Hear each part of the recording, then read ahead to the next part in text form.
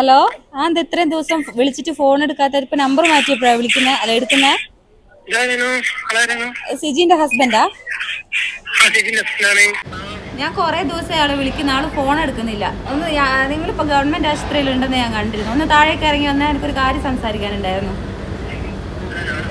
ഒന്ന് താഴേക്ക് ഇറങ്ങിയോ? ഞാൻ താഴെയുണ്ട്.